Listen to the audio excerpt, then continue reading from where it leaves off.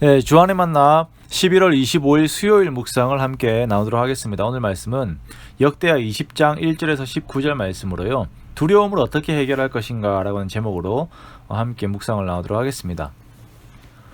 오늘 본문은 모압 자손과 암몬 자손들이 마온 사람들과 함께 연합하여서 여호사밧을 치고자 하는 즉 예루살렘이 큰 전쟁의 상황 앞에 놓인 것을 말씀을 하고 있습니다. 이제 유다는 죽음까지 갈 수 있는 상황이 되었어요. 전쟁이라는 것이 그렇죠. 그 결과는 누구에게든지 너무나도 참혹합니다. 유다가 직면한 것은 실제적으로는 이들 연합군이 아니라 연합군에 대한 소식이었어요. 전쟁이라고 하는 상황이 아직은 일어나지 않은 상태죠. 그런데 이 소식이 들렸을 때에 두려움이 생기게 되고, 두려움은 절망을 미리 가져다 줍니다. 키에르 케고르는 이 절망에 대하여 말하기를 죽음에 이르는 병이라고 하였어요. 우리가 잘 알고 있는 말씀, 믿음은 바라는 것들의 실상입니다. 그리스도인들의 삶의 표어죠. 그런데 완전 반대로 절망은 죽음에 대한 실상이 되는 것이에요. 많은 사람들이 아직 일어나지 않은 일 앞에서 그것이 일어난 것처럼 생각하며 주어진 시간들을 죽음의 성격의 것들로 이렇게 살아가게 됩니다. 큰 맹수 앞에 서게 된 약한 동물들의 반응은 그 자리에서 꼼짝도 못하고 멈춰버리게 되는 것이에요. 이미 두려움이 모든 것을 장악해 버린 것이죠. 우리 삶 역시 두려움 앞에서 미리 이렇게 되어버립니다. 큰일이 일어날까, 실수하지는 않을까, 실패하지는 않을까, 지지는 않을까 라고 하는 등등의 염려와 두려움으로 인해서 속에 병이 들고 정신이 혼미해집니다.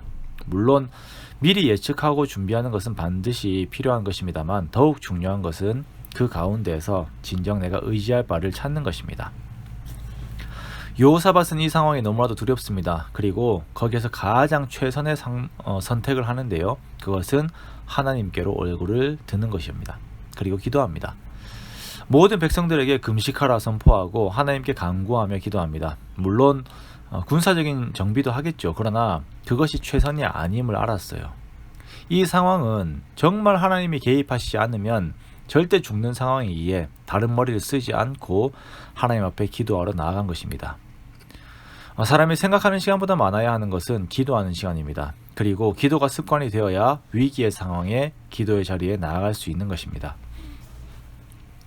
여호사밧은 하나님께 엎드리되 하나님에 대한 약속과 그 지식들을 토대로 기도하며 엎드립니다. 여호사밧이 고백하고 있는 하나님에 대한 지식은요, 먼저 6절에서는 유다뿐 아니라 모든 이방의 나라들도 다스리시는, 온 세상의 주관자 되시는 하나님을 고백합니다. 제가 어릴 때는 하나님과 마귀가 구름 위에서 팔씨름하는 상상을 많이 했었어요. 왜 그런 상상을 그렇게 많이 했는지 모르겠습니다. 그런데 아니죠. 하나님께서는 온전히 지존하셔서 모든 세상을 독자적인 권위로 통치하십니다. 우리는 하나님과 다른 신들, 다른 영향력들을 감히 비교해서는 안 됩니다. 우리 하나님이 온 세상의 통치자이심을 고백하고 높일 때에 그분의 백성된 우리들이 가져야 하는 본연의 생각들이 우리들의 마음을 장악하게 됩니다. 자, 두 번째는 7절에서 약속을 이루시는, 7절에서 그 약속을 이루시는 신실하신 하나님입니다. 지금 유다가 살고 있는 땅은 하나님께서 유다의 조상들에게 약속으로 영원히 주신 땅이에요. 그러므로 하나님의 뜻에 의하면 빼앗겨지지 않을 땅입니다. 그러므로 지금의 상황이 모든 것이 죽고 빼앗길 것처럼 보이는 어려움의 상황이지만, 그것을 보는 내 생각보다 미리 말씀하신 하나님의 약속을 의지하여 하나님께 기도하는 것입니다. 우리가 신앙생활을 하다 보면 예수 그리스도 안에서 나에게 주신 영원한 약속들을 잃을 때가 있습니다. 그러나 지난주일 함께 찬양한 가사의 내용처럼 영원히 신실하신 하나님께서 우리와 함께 하심을 믿고 그 믿음 안에서 흔들리지 않는 것입니다. 그리고 이어서 솔로몬이 세운 성전으로 약속하신, 다시 말하면 환란이 왔을 때에 성전 앞에서 부르짖으면 들으시겠다라고 약속하신 이 약속을 의지하여서 여호사밧은 하나님을 붙잡고 늘어지고 있는 것입니다. 자, 세 번째는 이들이 하나님 앞에 행하였던 신실함을 아뢰며 기도합니다. 10절에 보면 옛적 이스라엘이 출애굽하여서 광야 생활을 할 때에 암몬 자손과 모압 자손과 세일산 사람들은 형제관계이기 때문에, 그 조상들이 형제관계이기 때문에 하나님의 말씀을 따라서 전쟁을 피해 돌아서 갔어요. 자, 그러나 지금 현재는 이들이 그 선행을 기억하지 않고 오히려 악으로 대하고 있는 것입니다. 즉 하나님은 이러한 공의를 기억하시고 이러한 선행을 인정하시는 하나님이신 것입니다. 여호사밧은 이러한 하나님에 대한 지식을 근거로 하나님께 매달려서 기도하고 있습니다.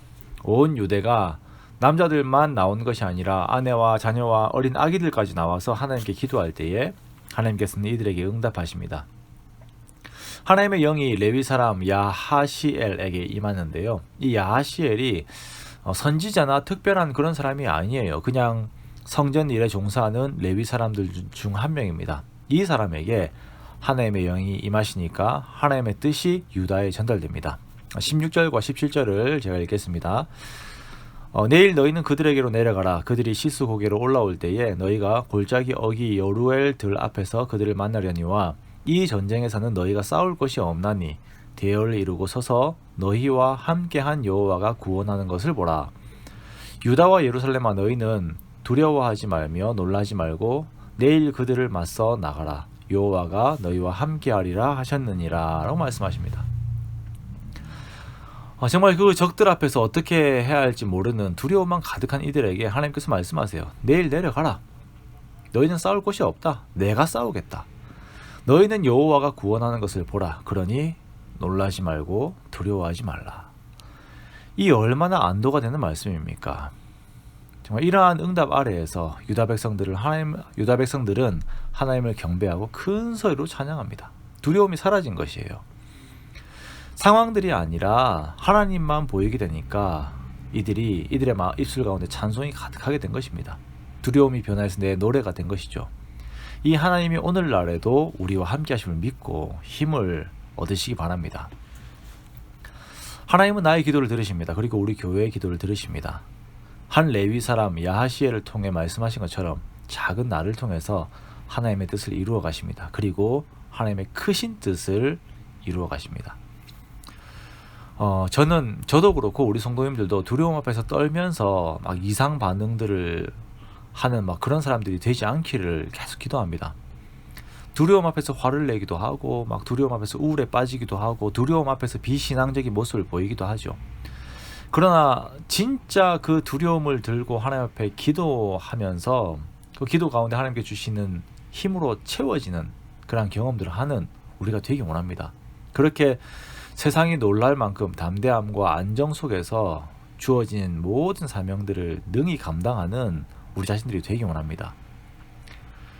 이렇게 온전히 하나님만 바라봄으로 말미암아서 하나님께 엎드림으로 말미암아서 두려움이 변화해서 찬송이 되게 하는 기도와 응답의 귀한 주의 역사가 날마다 저와 여러분들에게 함께 하시기를 주님의 이름으로 축원합니다.